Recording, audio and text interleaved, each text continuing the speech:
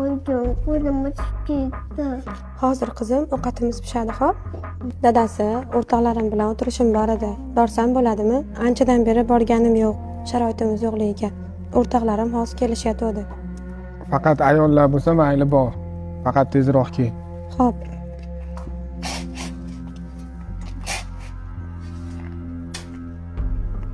Dadasi, qizimiz uxlab qoldi. Ovqat tayyorlab qo'ydim. Turganda ovqatni berib qo'yasiz-a? Ana o'rtoqlarim ham keldi. Assalomu alaykum. Bo'la qol, bo'lmaysanmi? Chiq endi. Dadasi, pulingiz bo'lsa bering.